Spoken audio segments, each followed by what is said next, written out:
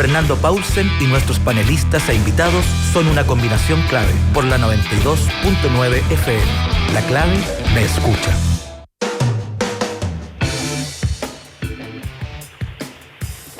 Bueno, estamos con la última entrevista de este día miércoles. Estamos con Pedro Santander, director del grupo de Demoscopia, Electrónica del Espacio Público de la Universidad Católica de Valparaíso. Primero que nada, Pedro, bienvenido. Te pregunto, a ver, cuéntanos un poquitito de qué es esto de Demoscopia Electrónica del Espacio Público. Suena a ver un nombre, pero casi como que pueden caer desde las nanopartículas hasta el firmamento.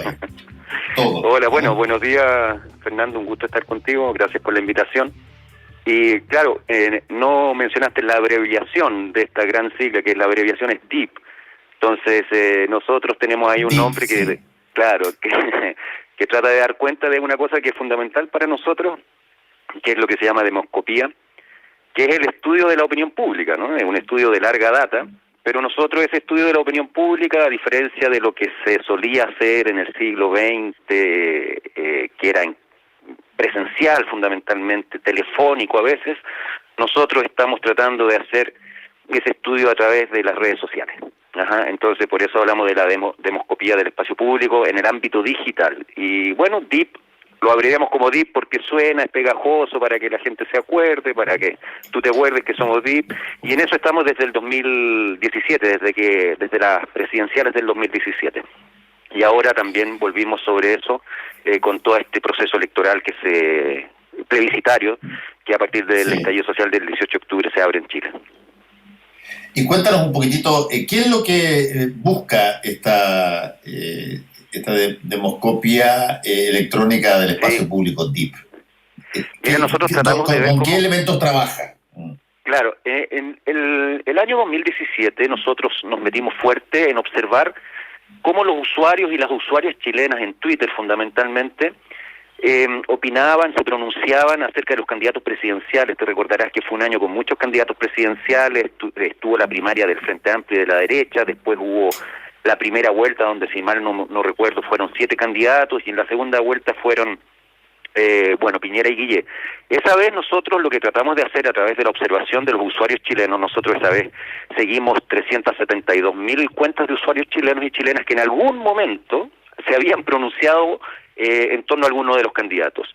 Y con todo ese seguimiento de estas cuentas, nosotros mediante técnicas automatizadas tratamos de hacer predicción electoral.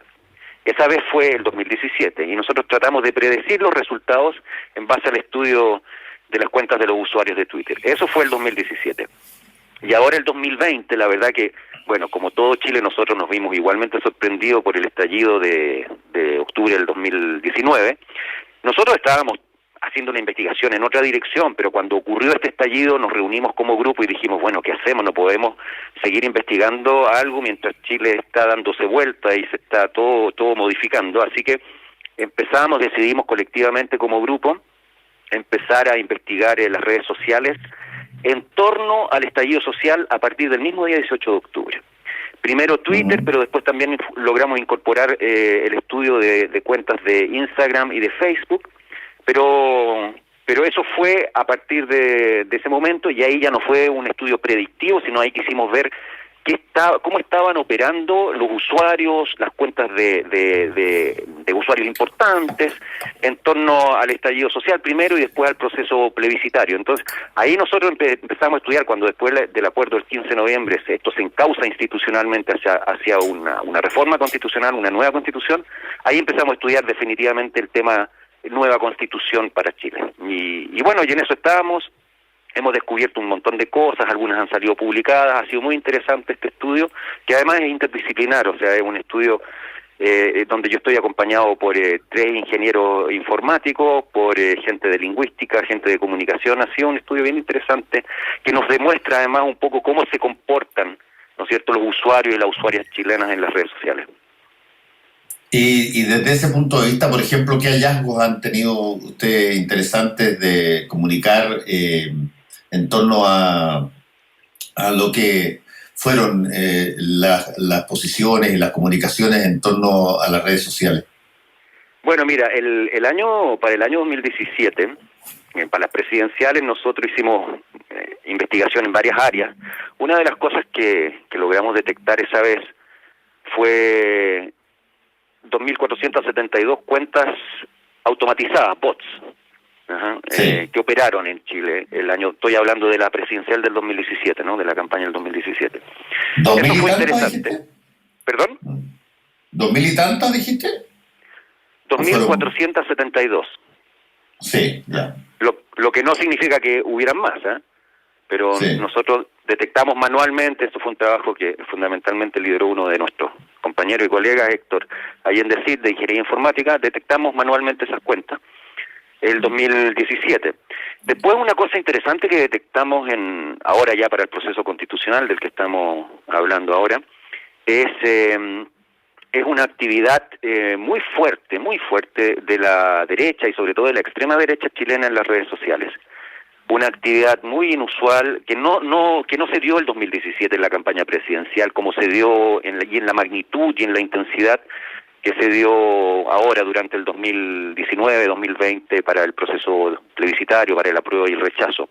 Eso nos llamó mucho la atención, cómo la derecha operó en las redes sociales, creando, lo que nosotros llamamos una cámara de eco, ¿no? Una suerte de gran burbuja, una gran cámara de eco donde ellos se escuchaban a sí mismos, pero de una manera y de una magnitud desconocida en Chile, ¿no?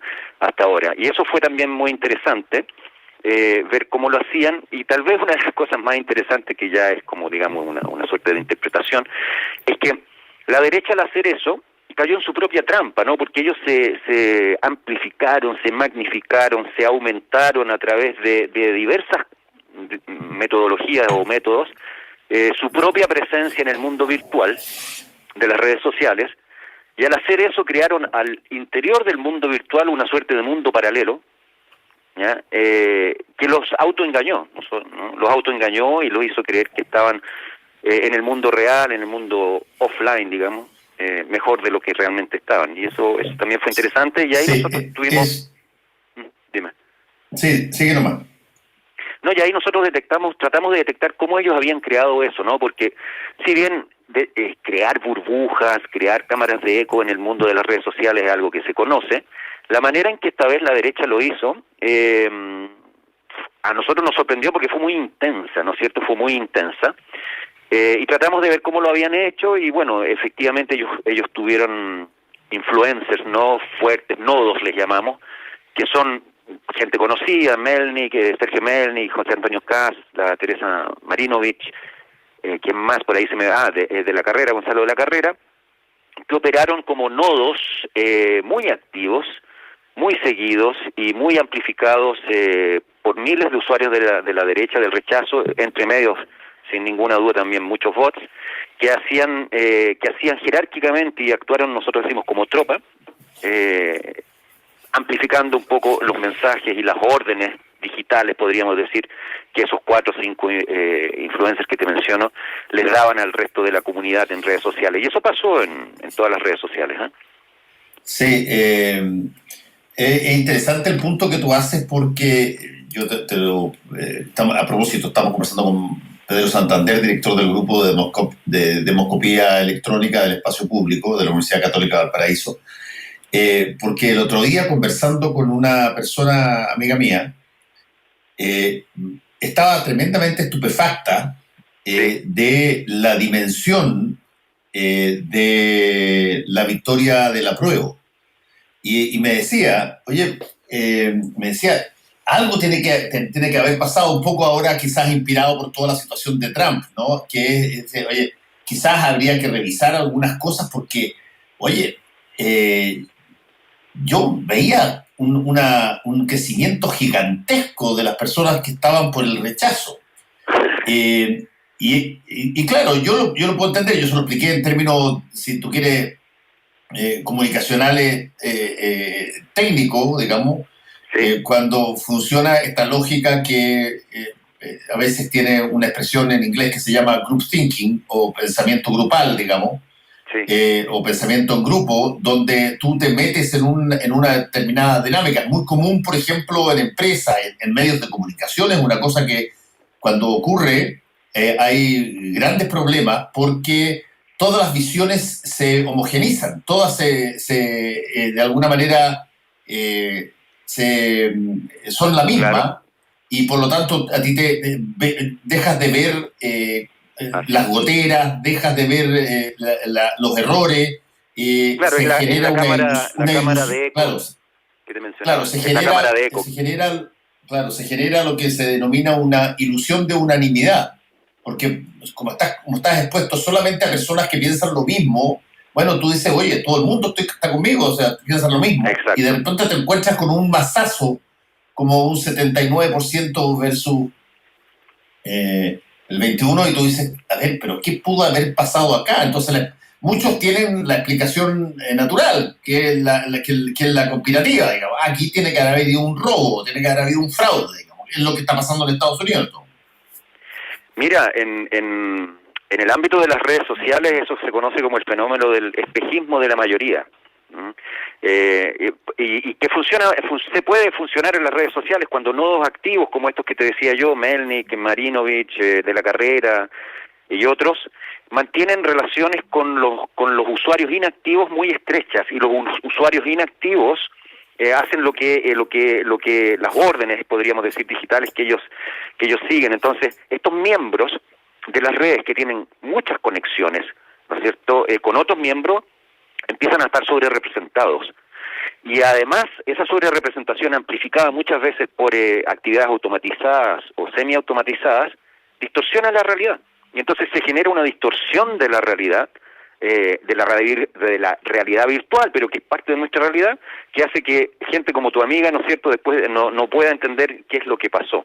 Y entonces por eso nosotros decimos como grupo de investigación aquí la derecha cayó en su propia trampa, ¿no es cierto? Se creyó su propia cámara de eco, se creó su propia cámara de eco y después se creyó el espejismo de mayoría que estaban construyendo, ¿eh? Entonces nosotros, por ejemplo, hicimos seguimiento durante este año que te digo, de octubre del 2019 a octubre hasta el plebiscito, octubre del 2020, hicimos seguimiento de los 3 hashtags más importantes de la derecha, de los partidarios del rechazo, y de los 3 hashtags más importantes de los partidarios del apruebo.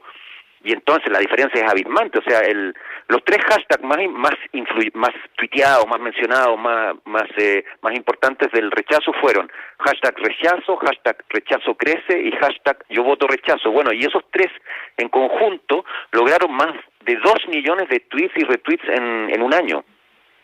Y el apruebo apenas logró 1 millón, ¿ya? Casi la mitad. Entonces, te fijas tú, nuevamente hay una distorsión ahí, que después hace que muchos, no solo tu amiga, sino muchos otros, nosotros después vimos en Twitter que muchos se preguntaban en Twitter y en las redes sociales, bueno, ¿qué pasó? Que alguien me explique, íbamos ganando en Twitter, ¿por qué no ganamos? ¿Entiendes tú? Entonces, ese espejismo de la mayoría, que hace que personas que interactúan solo con aquellos que tienen opiniones similares, algunos le llaman a eso como un proceso de homofilia, después hace que no puedan entender, cuando la realidad choca con ese espejismo, no puedan entender qué es lo que pasó.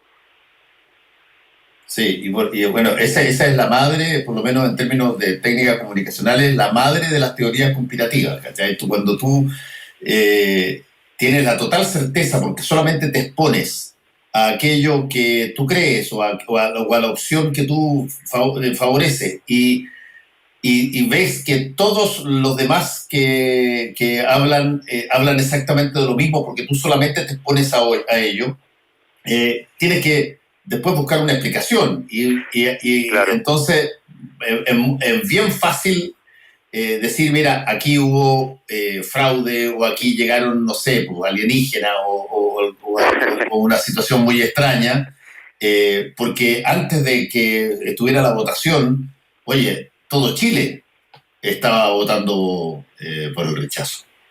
Claro, bueno, aquí lo que pasó fue que los alienígenas ganaron, ¿no? Ganó el apruebo, claro, por un lado, pero por otro lado yo te puedo decir que en términos de las teorías conspirativas que tú mencionas, lo conspirativo implica una suerte de jerarquía y organización para lograr una meta que no siempre se conoce, y algo de eso sí hay, ¿eh? Yo creo que algo de eso, y nuestros datos algo de eso pueden sostener que existe. Es decir, nosotros creemos que los partidarios del rechazo se organizaron muy jerárquicamente, muy casi que piramidalmente. Entonces arriba en la cúpula, nosotros en este mundo de las redes sociales vimos unos pocos usuarios muy influyentes, ya te los mencioné, ¿no es cierto?, que jerárquicamente operaron como nodos en las redes sociales, que daban directrices, órdenes, lineamientos, que era después amplificado tanto por actividad humana como automatizada o semi-automatizada. Y eso fue muy interesante. Nosotros, fíjate, una estudiante, Josefa Mena, estudiante de periodismo, que se dedicó a seguir así muy concienzudamente la derecha. Ella detectó que, por ejemplo, los tuitazos que generaba la derecha, que al principio eran muy públicos ya y lograban generar tendencia. Ponte tú, decía alguien de estas cuentas importantes, decía a las 12 del día o a las 21 horas vamos con el tuitazo, el rechazo crece. Eso, que era muy público, de pronto dejó de ser público, ¿no es cierto? Y uno se sorprendía y veía que a las 21 horas de pronto se había instalado una tendencia en las redes sociales de los partidarios del rechazo, pero uno no veía muy bien cómo se había estructurado eso, y entonces nos da la impresión de que cambiaron las tácticas o las técnicas de anunciar los tuitazos públicamente por anunciarlos por WhatsApp, por ejemplo. Me parece que eso pasó. También empezaron a usar los webinars. Hacían todos los martes, la derecha chilena hacía webinar, ¿no es cierto? Y ahí definían públicamente el rechazo y generaban, el hashtag, y generaban alguna tendencia. Entonces, ellos operaron de una manera muy jerarquizada, muy organizada, y seguramente eso, en términos de lo que tú llamas conspirativos, tiene algo de sentido en cuanto a que no se detecta bien cómo se estructuran, pero sí es muy jerárquico y está claramente orientado a un fin. Ahora, Pedro, ¿cómo se hace o cómo sucede para que una presencia, por ejemplo, está hoy día meridianamente claro que buena parte de la derecha votó por el apruebo? De otra manera, tú no tienes este 80%, claro, digamos. Claro. Y esa gente que eventualmente convive, pulula alrededor de estos mismos personas que generaban toda esta cantidad de mensajes en las redes sociales, tiene que haber captado de que había mucha gente de su propio sector que estaba disponible para votar por el apruebo, y sin embargo seguían insistiendo en que el rechazo crecía y que esto iba a ser una... Claro. Es que yo creo que tú puedes distinguir ahí entre la derecha pinochetista y no pinochetista. Yo creo que ese casi 20% que votó por el rechazo es el pinochetismo, ¿no? Ese se mantuvo duro, y el resto de los chilenas y chilenos votamos por el apruebo. Eso por un lado. Ahora, entonces podríamos decir que el pinochetismo, la ultraderecha, fue súper activa en las redes sociales y logró generar y amplificar sus voces, ¿no? Te quisiera contar, oye, un experimento que hizo un alumno mío muy interesante, Lun Lee, un alumno de tercer año. Él, en diciembre del año pasado, para que veamos un poco cómo operó esta ultraderecha chilena, él tenía una cuenta Twitter, y en diciembre del año pasado él eliminó a todos los seguidores que él tenía y dejó de seguir a todo el mundo. O sea, su cuenta Twitter quedó en 0. Y en ese momento, después de haber quedado en 0, él empezó a seguir a 5 personas importantes de la derecha, estos que te mencioné, de la Carrera, Melnik, Malinkovich, qué sé yo. Y no hizo nada, nunca tuiteó nada, nunca retuiteó nada, simplemente los seguía. Bueno, él llegó sin hacer nada, solo habiendo seguido a estas personas, sin haber retuiteado nunca nada, ni haber tuiteado nunca nada. Él llegó a tener más de 200 seguidores. Fíjate tú, él no hizo nada. Fernando, yo no tengo tanto. Y yo tuiteo a veces. Él tiene ahora más de 200 seguidores, todos de la derecha, de la ultraderecha chilena, de la derecha dura, que detectaron ahí a una persona, en este caso mi alumno, Lully, como te digo, que seguía a los próceres de la derecha chilena, y entonces, eso sí, seguramente es actividad automatizada, lo detectan y hacen que otros de la derecha, ¿no? Y ahí empieza a crearse esta burbuja, esta cámara de eco, empiezan a seguirlo a él, y él, sin hacer absolutamente nada, llega a tener más de 200 usuarios en menos de un año, en 10 meses. Entonces, claro, así operó la derecha dura chilena en las redes sociales. Lo que, digamos, yo creo que ellos deberían tener una lección de esto, ¿no es cierto? La lección es que cuando hay una situación, desde mi punto de vista es la lección, ¿no? Cuando hay una situación de alta politización social, ¿no es cierto?, las estrategias comunicacionales como estas no funcionan, definitivamente no funcionan, y la politización social en las calles es mucho más poderosa, mucho más potente, mucho más densa, podríamos decir, en términos de la conducta electoral posterior, que manipular las redes sociales. Sí, yo lo he dicho otras veces acá en el programa a raíz de conversaciones que surgen más o menos en el mismo tenor de lo que estamos conversando ahora, que una de las cosas que más potentemente se implementó en muchas organizaciones para prevenir este pensamiento grupal, este group thinking, esta cámara de eco, como llamas tú, fue la asignación en directorios de empresas, por ejemplo, en los medios de comunicación. En los medios de comunicación se creó el defensor del lector, en el caso de muchos, como una persona que tenía la función intencional de hacer de abogado del diablo de todas las cosas que eventualmente se decían dentro de esa misma organización. Pasan montones de empresas internacionales hoy día que a un director o dos directores les ponen como misión el que no sean conformistas ni que sean personas que se plieguen a la mayoría, busquen allí donde hay gotera, allí donde hay error, allí donde hay problema y lo pongan, porque es muy fuerte la cooptación de las personas cuando todos piensan igual. ¿Ah? Y desde ese punto de vista, eso ha surgido, y esto de asignarle a alguien la misión de ir en contra del pensamiento mayoritario cuando las cosas eventualmente necesitan ser exploradas un poco más, investigadas un poco más, ha dado estupendos resultados. Claro, para romper lo que llamaba el espejismo, ¿no es cierto? Romper los espejismos. Exactamente. Ahora, de alguna manera, eso es lo que estamos haciendo nosotros como grupo de investigación. Como te decía, nosotros estamos conformados interdisciplinarmente, observamos las redes y vamos comentando nuestros hallazgos siempre colectivamente. Los vamos comentando, vamos publicando, hemos publicado tal vez tú lo has visto, en El Mostrador hemos publicado varias crónicas sobre nuestros hallazgos. En ese sentido, nosotros al menos desde la academia, desde la Universidad Católica del Paraíso, estamos tratando de romper este espejismo, ¿no? Pero esto no significa que muchas veces las redes sociales sí logren tener efectos claros, evidentes y concretos sobre la realidad social. Claramente ha ocurrido y muchas veces también eso ha ocurrido. Lo que pasa es que, claro, el contexto chileno ahora fue de una politización tan importante, tan alta, que ahí, y yo creo que eso en comunicación política se estudia, ¿no es cierto?, que cuando el contexto político es tan politizado, la ciudadanía está tan politizada, evidentemente las estrategias virtuales, online, comunicacionales, propagandísticas o como quieras llamarlas, muchas veces tienen un límite, ¿no? Un límite, su efecto tiene un límite mucho más acotado que cuando la ciudadanía está menos politizada, ¿no?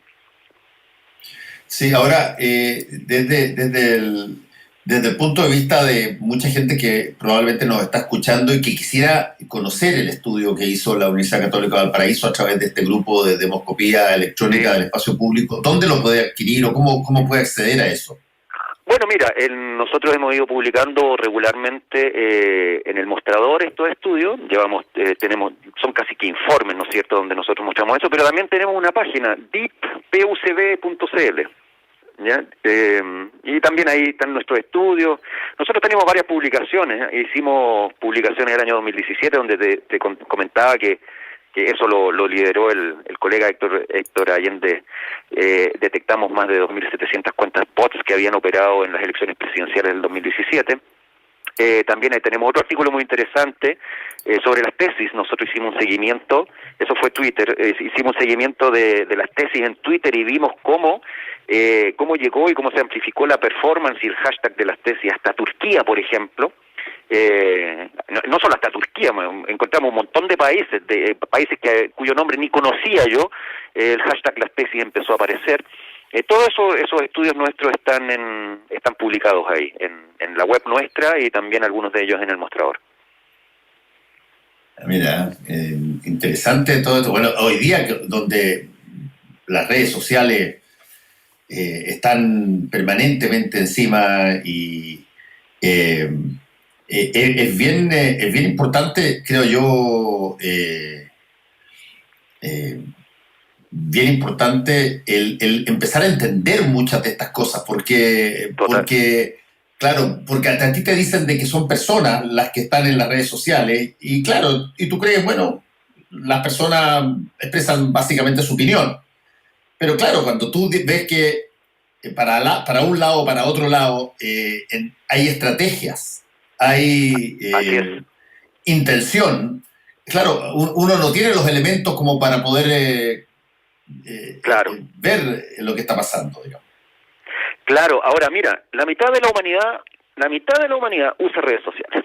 Estamos hablando de unos 4.500 millones de personas que de alguna en múltiples lugares del planeta está usando redes sociales. Eso, entonces, evidentemente, como tú dices, es importante para los que nos gusta el tema de la comunicación, de la investigación, de lo digital, qué sé yo, de la política, es interesante entender este fenómeno de las redes sociales, ¿no? Si la mitad de la humanidad la está usando, ¿ya? Y en ciertos momentos, nosotros hemos visto que en ciertos momentos se usa más cuando hay eventos, ¿no? Cuando hay grandes eventos, se usa más. Por ejemplo, el año 2017 nosotros vimos que los momentos en que más se usaban las redes sociales en Chile, en las presidenciales del 2017, era cuando había programas de debate político en vivo en la televisión, ¿ya?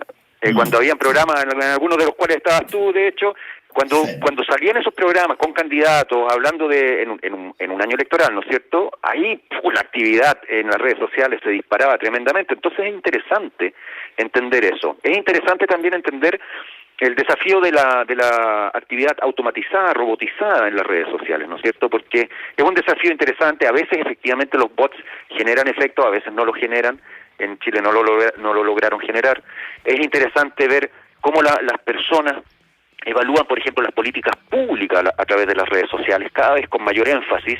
Por eso nos llamamos nosotros demoscopía, porque queremos nuestro objetivo es demoscópico, porque queremos entender el parecer de la opinión pública, escuchando, leyendo, estando atento a qué se comenta, qué se dice en las redes sociales, y eso estamos hablando de millones de personas, millones de comentarios, continuamente, en vivo y en directo, hablando a través de miles de cosas en las redes sociales, y creo que eso es interesante a seguirlo, entenderlo y saber analizarlo.